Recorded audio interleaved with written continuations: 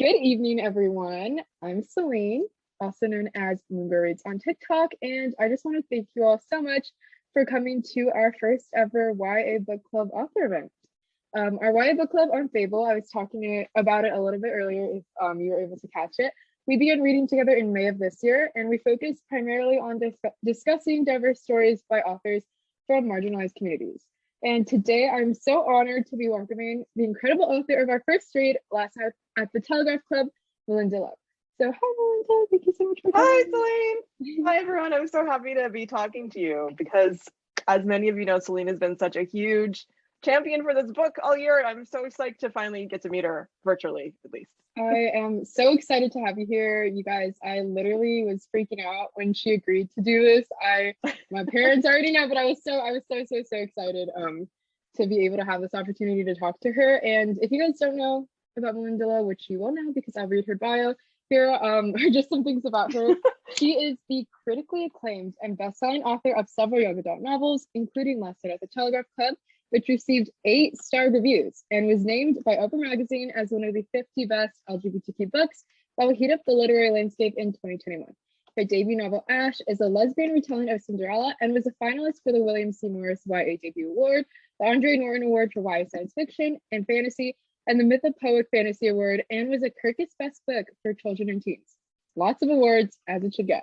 She's been a 3-time finalist for the Lambda Literary Award, and her short fiction and nonfiction has been published by the New York Times, NPR, Autostraddle, The Horn Book, and multiple anthologies. She lives in Massachusetts with her partner and their dog. I love dogs. I have like 2 dogs. I will always include my dogs in everything too. And I'm beyond excited again to be having this conversation with you, Malinda. And I want to thank you again for being here with us tonight. So once again, thank you so much. Well, let me thank you again. Thank you. We're very thankful tonight. we're so thankful tonight, everyone. And I'm going to begin with some of our questions. And so, like I said, we loved reading Last Night at the Telegraph Club together in May. And for some of our newer members, we've grown since May. It's been a few months who might not be familiar with your works. How would you describe the books you write, or is there like a specific community that you write for? My books have.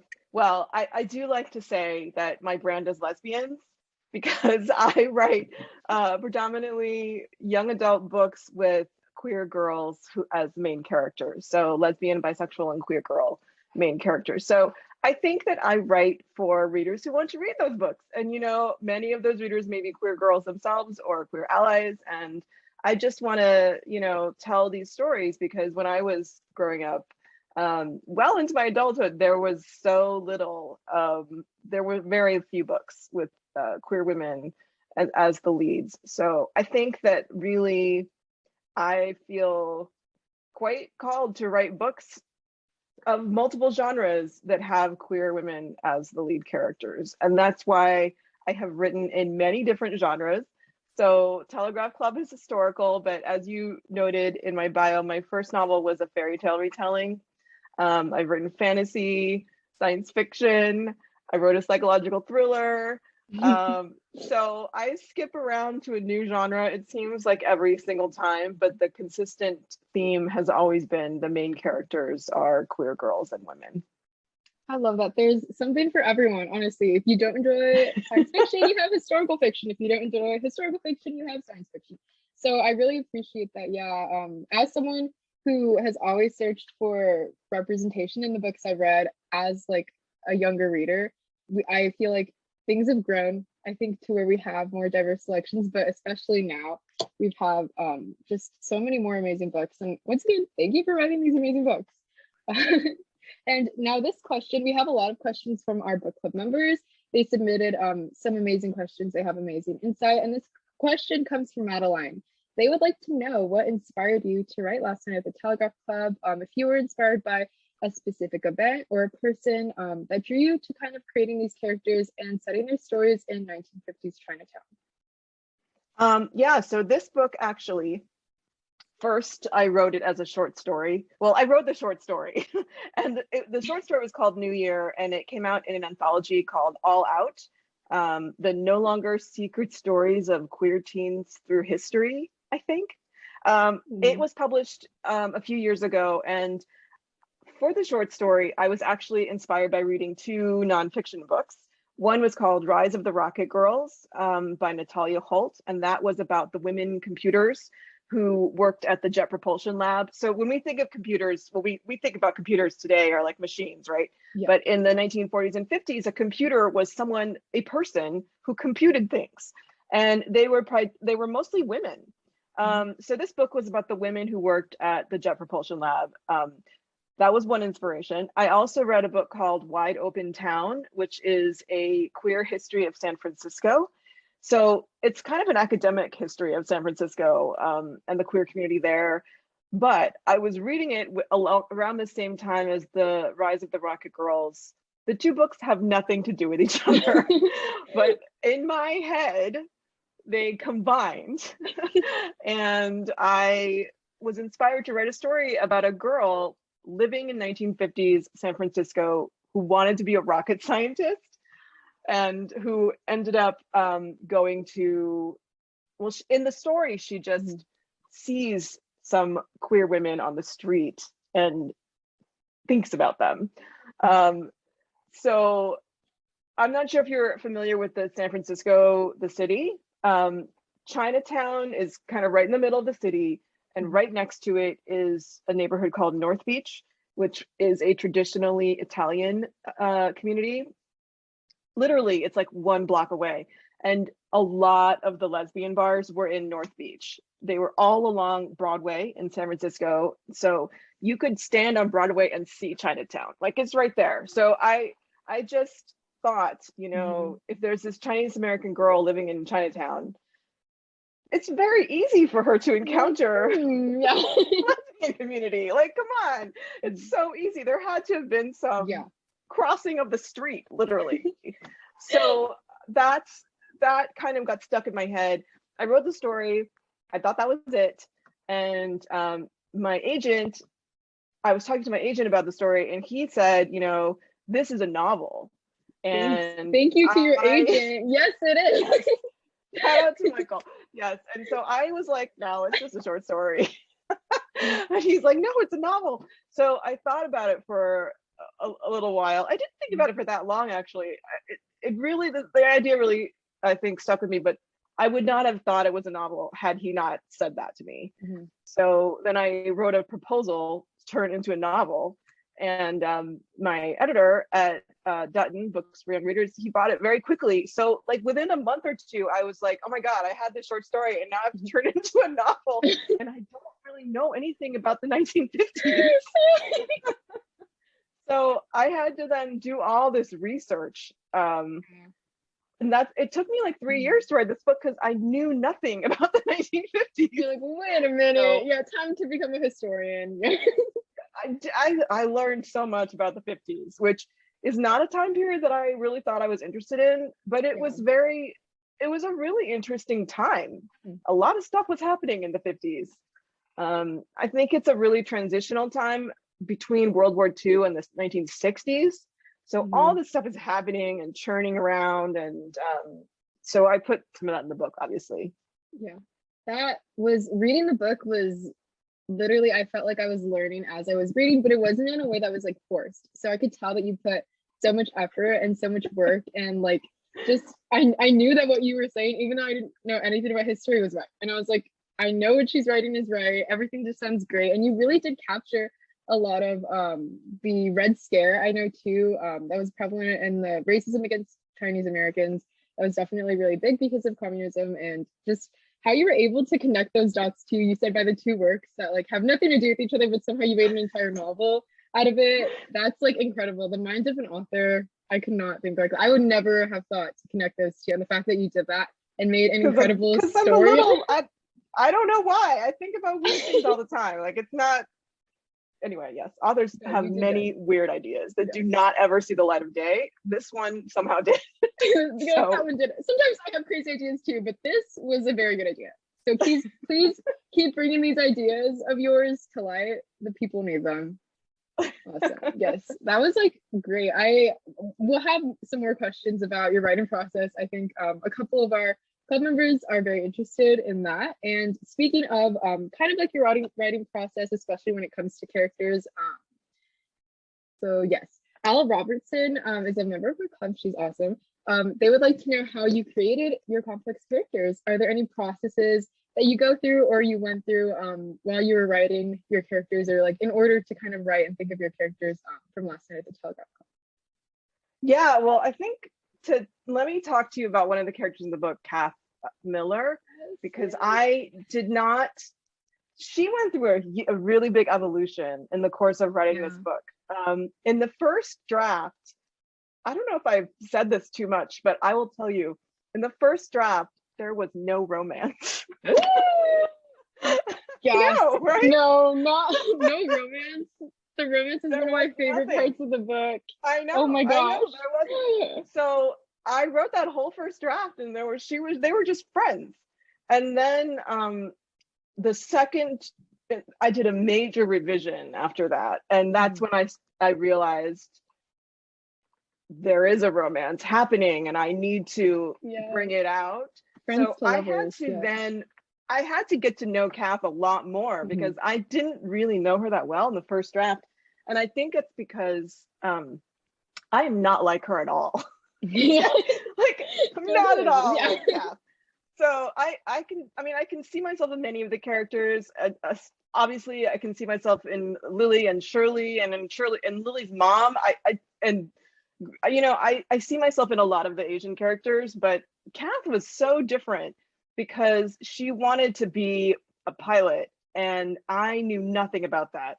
So I started reading books about early women pilots because in the 1930s and 40s, planes were pretty new still, and they were very dangerous. And so in the 1950s, interestingly, flight was getting more safe, but there was still it was still not something everyone does. Like it's still kind of like a thing that very few people do because it's hard to learn how to fly a plane.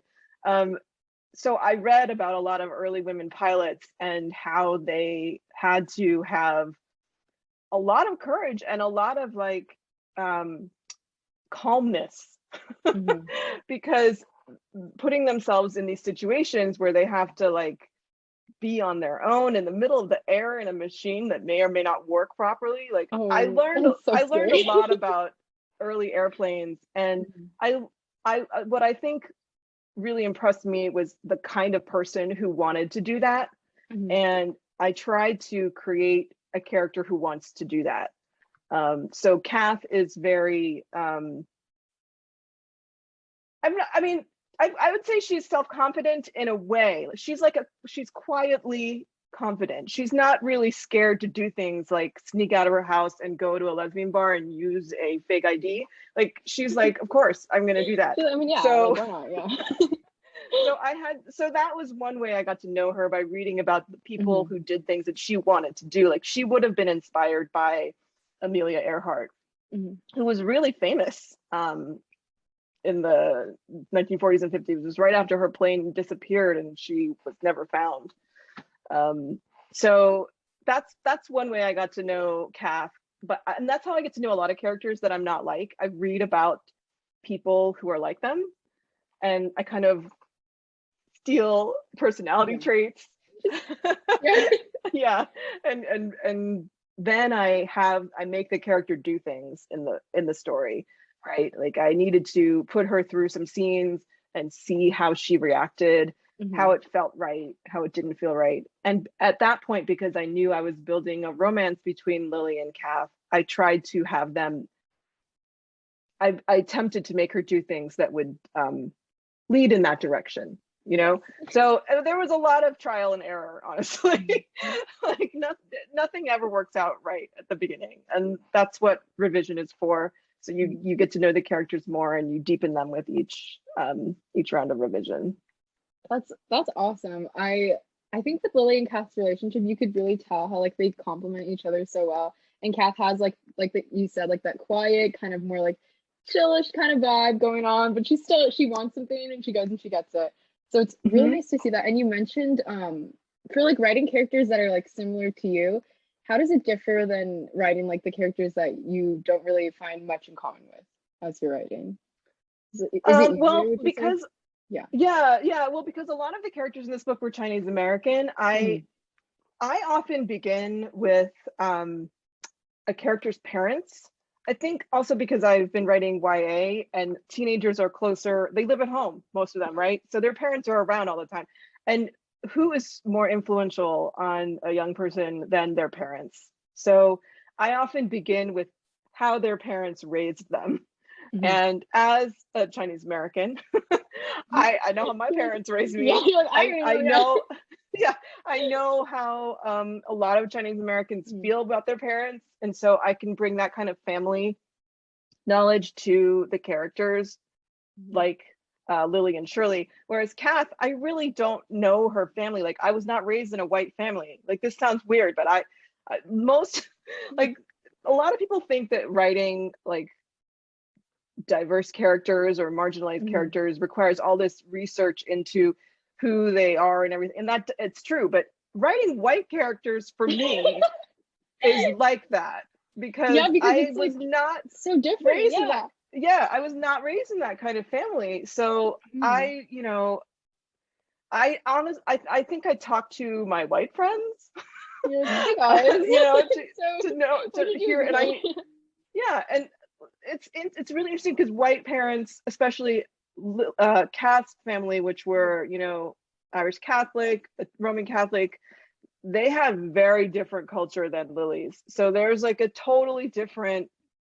They're just so different. So it was a challenge, honestly, to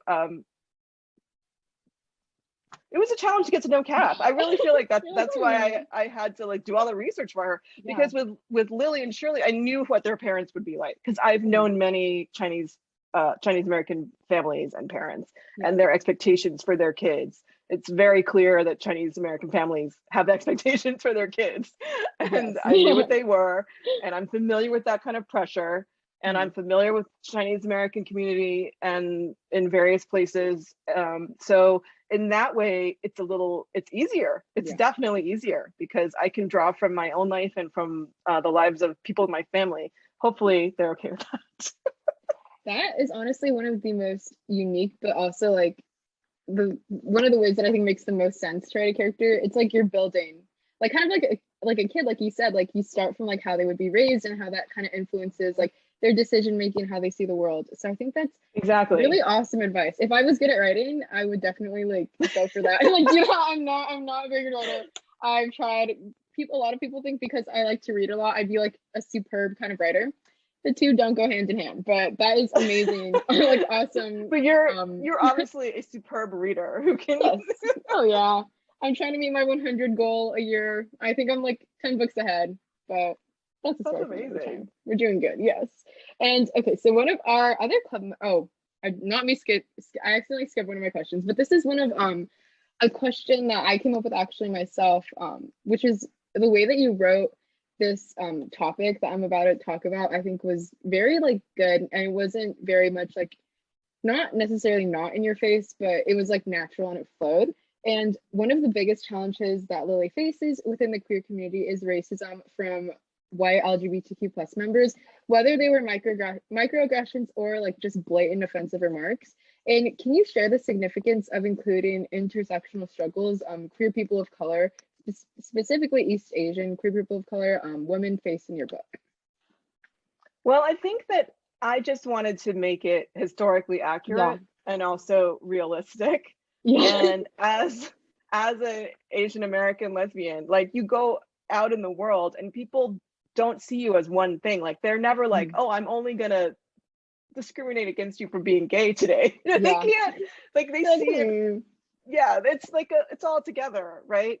So I just wanted to make that part of the story because that's the yeah. world that Lily would live in, and those are the experiences that she would have.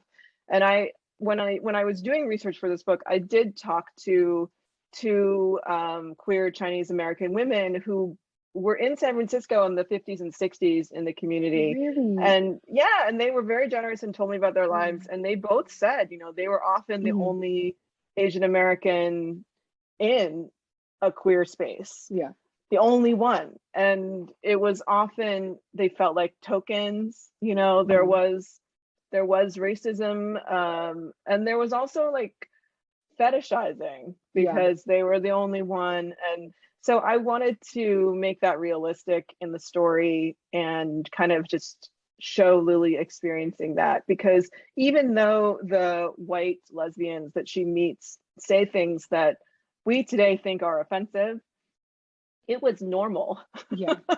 in 1954 time. to say these things. Mhm. So Lily doesn't like it, but she is not living in 2021. So she cannot, you know, she's not going to be like, why are you saying that to me? Yeah, like, Like, stop. Yeah. yeah, she would not know how to do that, Mhm. even though she recognizes it as offensive internally. She knows that's the way it is. And she also knows, I think, that even though they say those things, they don't hate her. You know what I mean? Like Mhm. they're welcoming of her in the way that they can be. And they really try to be, the lesbians that she meets really are supportive of her. Yeah. They're just very different. They come Mhm. from a totally different world and are not familiar with her community. So yeah, it was just part of the landscape at the time. And I Mhm. wanted to make sure that that was in the story. Yeah, I think as a reader, like reading certain scenes and then you're just being aware that like Lily is gay and all these other characters are also part of the community, is that she faces the homophobia, and then even like more than just the homophobia, she has to deal with a lot of like racism. And so it was just not like nice, but like as like a reader to be able to see and to have that incorporated. And it definitely did make the book, like sometimes I felt like I was reading a biography or a story about like a real person. So it just made it like 10 times more real with how you were able to write that. So that was just, it was important to the reading experience, I think, to have that like Thank all you. aspects included. Yeah.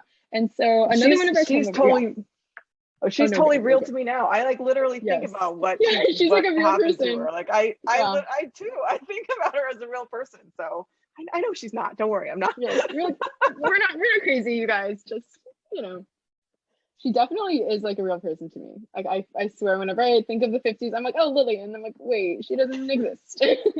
So yeah, that just goes to show that you were really like great with how you wrote her character and her story. Oh, thanks. And this is actually an incredible insight that one of our club members says. So I'm just going to kind of quote what he put. He noticed that you had, he said, I noticed that you had some really good biblical references in Last Night at the Telegraph Club. What were your reasons for including such references in the book? Which is an incredible insight that I didn't even take note of until they commented. Biblical references, wow. Yeah. Well, I mean, okay, interestingly, a lot of the white, well, how should I say this? The Presbyterian Church was very interested in outreach in Chinatown. They, and also in China. I mean, they would send people, missionaries to China to convert them to being Presbyterian. And in San Francisco, the Chinese Presbyterian Church was quite big in the community. So it made sense to me that Lily's family would be Presbyterian because that was such a big part of the community at the time. And Lily's father comes to the US partly on a scholarship that is given to him by missionaries. So that's part of their lives at the time. And so because there was an opportunity for them to have a Christmas scene, I put them in church. And so I was raised Episcopalian, but I literally do not know that much about religion. So I had to do some research there too. Yeah. And I don't remember it now. So unfortunately, I cannot have any further insight into that.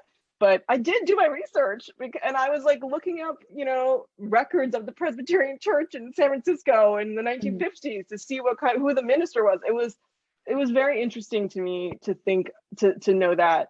And I know that religion is a big part of a lot of immigrants' lives, and it certainly would have been for Lily's family. So I felt like that should be in there too. I think today many of us are more secular, but I know it would have been a much bigger part of their lives back then. That I did not know that about the church in like Chinatown and Yeah. everything. So I feel like I'm learning again more about history as like I read this or we just talk about this book, but that makes a lot more sense now that I think about it. But that was an incredible insight from Elias. And they also wanted to say that they absolutely love your writing style. And I think we were talking a little bit about this earlier, but how did you develop your writing style? And are there any tips to develop one's writing style? If you could. How did I develop it? I probably just wrote a lot of really Like, I bad just wrote a stuff. lot of. I wrote a lot of bad stuff. I mean, I've been writing since I was a kid, you know, and I wrote 3 fantasy novels when I was in high school. So That's awesome. from knowing from you, will tell you immediately that I was not super popular. But I did write these 3 books. And I think developing your voice as a writer really is just about writing. Just write a lot. And also read a lot. So you do have to be a really good reader to be a writer, because it's a really good idea to read widely and see, you know, all different kinds of writing voices and styles, so that you can learn what you like, you know, and express that in your own writing. So yeah, read a lot and write a lot, I think, is the best way. That's how I'm going to improve my writing style. Yes, just keep going. Yes, awesome. Okay. And also, I wanted to again applaud you and thank you for having the most detailed and lovely author's note and bibliography at the end of Last Night at the Telegraph Club that I'd ever read. I think whenever I recommend it to people, I always say this is like the best like author's note that you will ever read. You're gonna like learn so much, but it's gonna be just such a good time. And you can tell that you put a lot of like heart and research, like you said, 3 years. You put a lot of research into this book. And how important was it for you to have historically accurate and proper representation in Last Night at the Telegraph Club? Oh, it was super important because I am a recovering academic. So I almost got a PhD in cultural anthropology, but I dropped out. So I only have 2 master's degrees. I never got only 2 master's degrees. Yeah. Only 2 master's degrees. Yeah, so oh my gosh. I'm overly obsessed with research. So when it came time to writing the author's note, my editor said, he asked me to put all these things in it. And I was like, this is going to be really long. And he was like, just write it. We'll just see. So I wrote it and it was really long. And this is actually, it's been cut down a bit from the original draft, thankfully. Really? Yeah, but it's not that much shorter than the original draft. It's still really long. And actually in the paperback, which we are putting together right now, actually, it's coming out next year, we're adding the author's note. Are you serious? No, yeah. This makes me excited. I'm excited to know adding, but we're not adding, we're adding photos. So now there will be pictures. Awesome. Yes, which is really, it's really nice. It's really lovely to see those photos in it. So yeah, I'm a recovering academic, so I can't not over research and include all that stuff. That's would be good if amazing. I could tone it down a little, probably, but no, keep it. We love it because I think just one of the biggest topics on I think book talk and I think just the online reading community is having proper representation and historically accurate information, especially when you're writing about like marginalized communities and you're writing it in history, is to be like historically accurate and to not just write some like random stuff and then be like, yeah. So I think I really appreciate as like a reader and someone who like appreciates good like research and backing and just, you know, good intentions, to just have that and to know that like this is a historical fiction book, but it is literally almost like an actual story that happened at the time because of like the work you put into it. And it was amazing. I think I've said this before, but it was like I was learning as I was reading, which is totally awesome. I'm so glad. Yes, I'm so glad.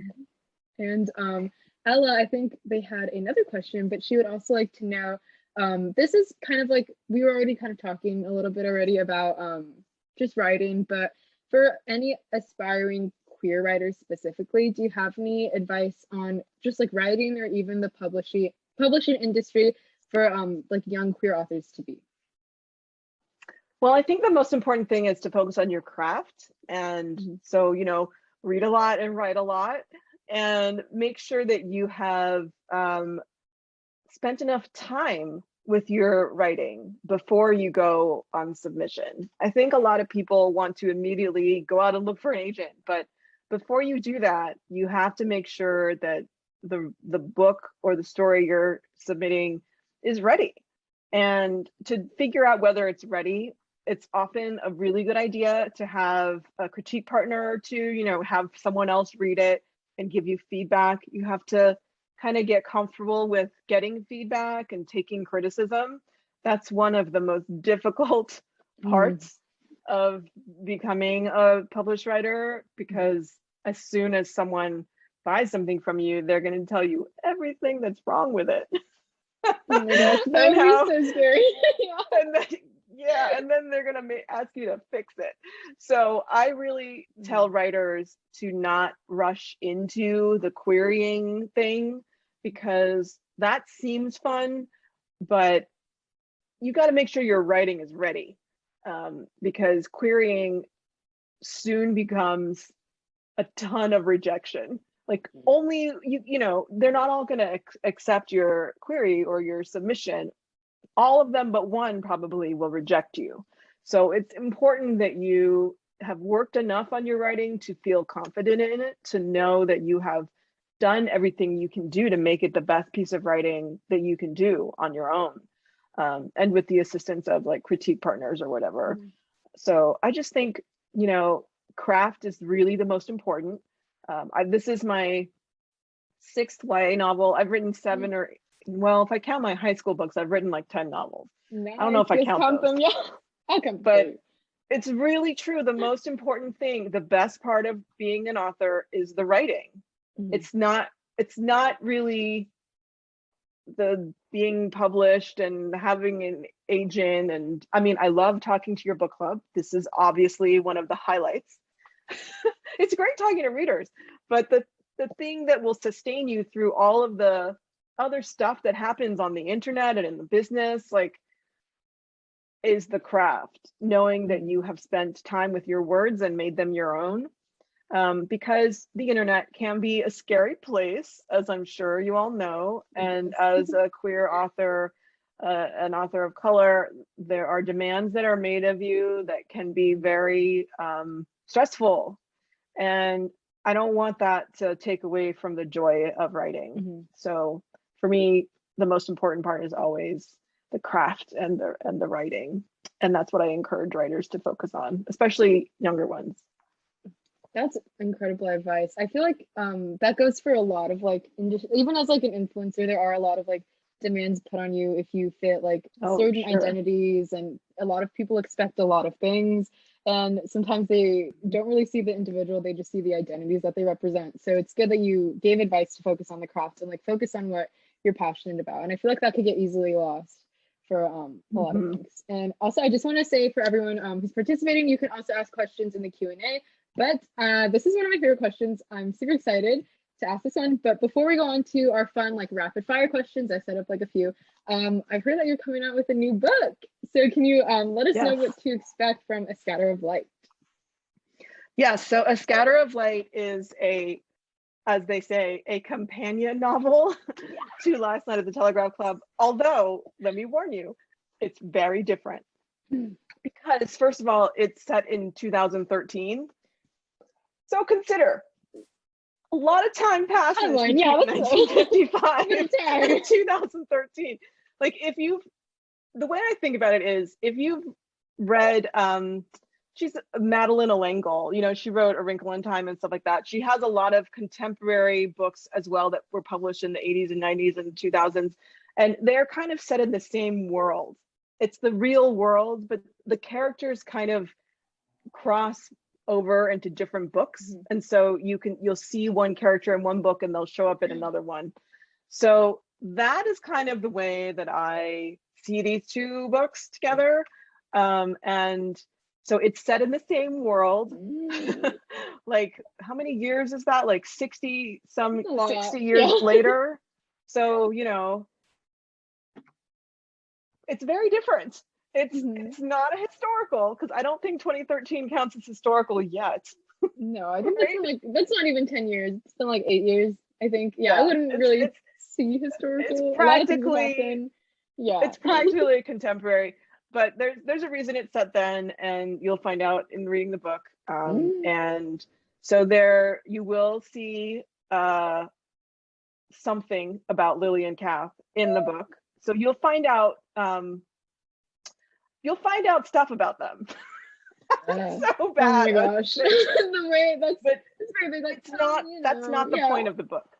That's not the I point of the book. So the know. book is Yes. about this girl named Aria Mhm. Tong West, and it's the summer after high school, and she is sent to stay with her grandmother who lives in Northern California. Lily's from the Boston area, but her parents send her to live with her grandmother for that summer, just north of San Francisco. And while she's with her grandmother's an artist, and while she's with her grandmother, she meets these women in the community and kind of gets involved with them. And the book is really about Aria's coming of age, and her identity. Gosh, I'm not used to talking about it yet, so I'm still finishing it, and but I'm very excited for it to come out, and I hope that So people like me. it. As I said, it's very different, and I Yeah. should say also it is not a romance, okay, Okay. but it is very sexy.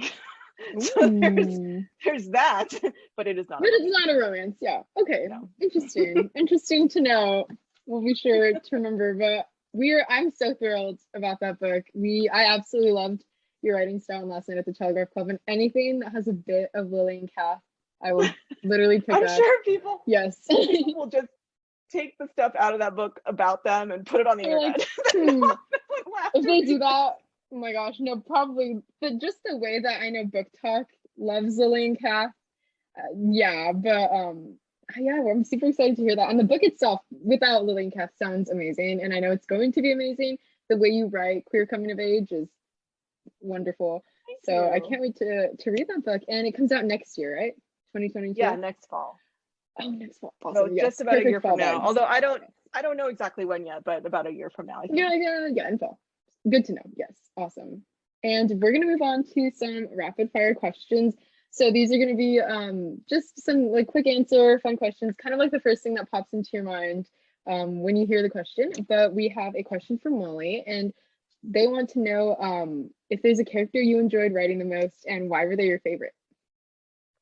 Lana. I loved writing Lana Jackson. I think just because she was so she was such a high femme. Like I loved writing that. I thought it was so much fun.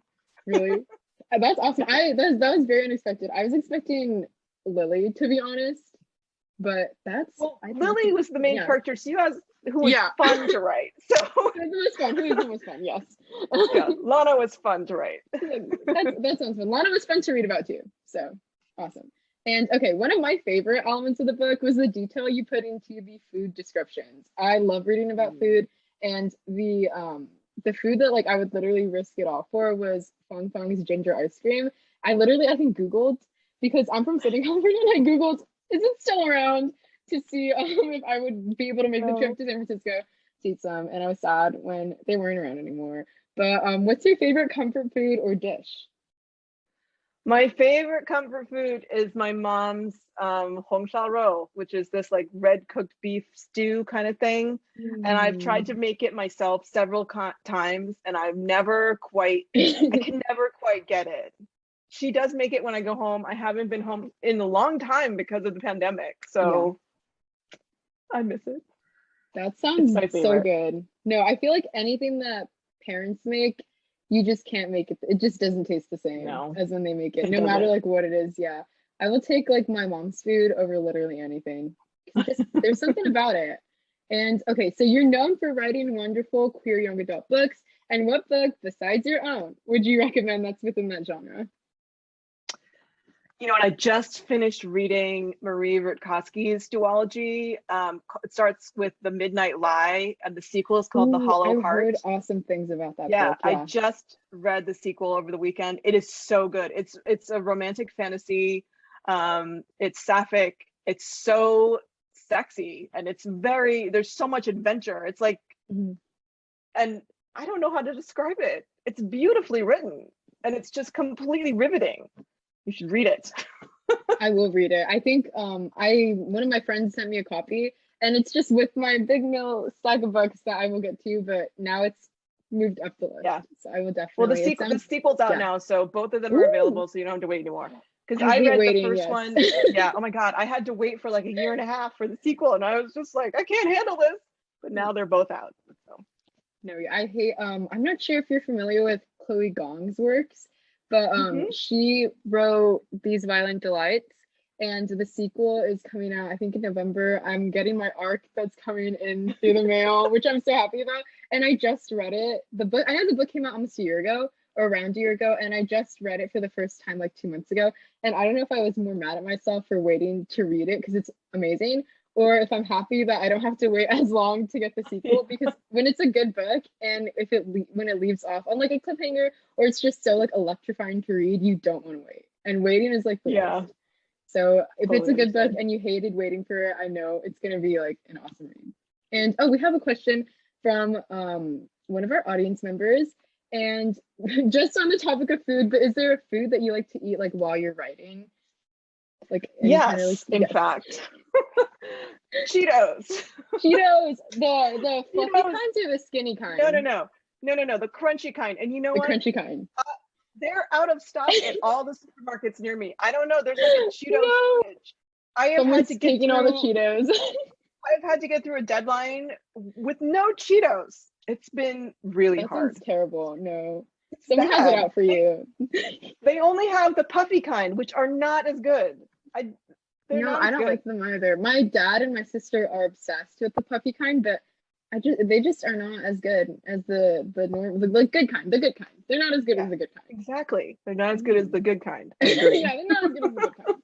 And okay, so we're gonna start closing things out a little bit, but if you could describe your new book in only one sentence, what would it be? Oh God. Putting you on the spot. Yes. You're like, oh. You actually told me this earlier, and I didn't come up with an answer. You're like, no, I do that all the time. I'm like, I'll figure it out when I get there, and then it just how about this? Come. Yeah. Yes. I made a mistake. Is that from like the main characters, like that? Well, I made a mistake. That's the I don't know what to sentence do with that. Exactly. You gotta wait and see what the book's about. I don't know how to do with that. My entire heart just went. Oh, that's scary. And from the author, oh my god. Now this makes me want to read it even more, but I'm scared. Don't be scared. It's not a scary book. Okay. I mean, it could be, but it's not scary. It's not scary. Okay. Well, when I read it, and if I'm scared, or if something happens, or when I get to like the point in the book where that line makes sense, I'm going to go on TikTok and be like, Malinda told me, but oh my gosh, now I like need to read the book. I know. I realize now it sounds like it makes it sound like ominous, the book is a psychological thriller, which it's not. It's not. Yeah. It's just like a contemporary novel. But novels. It sounds angsty. I feel like angst. Yes, that's what I'm getting. I wasn't getting like super thriller. I just felt the angst, and I was like, oh man, time to get committed to some characters who are gonna go through some things. Yeah, some stuff happens. Oh man. Okay, so if we have any more audience questions besides, we do have one more. So okay, Anne asks, Lily's dad had family left in China after Mao took over. Did they survive? Yes. Okay. And there's your answer. Good to know. Oh my gosh. I actually completely forgot about that part of the book. But also I do want to say that having I know just from like people I've heard on TikTok, having the stories about the parents from the parents' point of view, I really enjoyed having that. And good. Just as like this is like not even like a question that I thought of until right now, but was there a reason why you wanted to incorporate like those stories, even though it was like it still I think contributed to Lily's story, but she was the main character? why did you choose to like insert those kinds of stories from her family's point of view?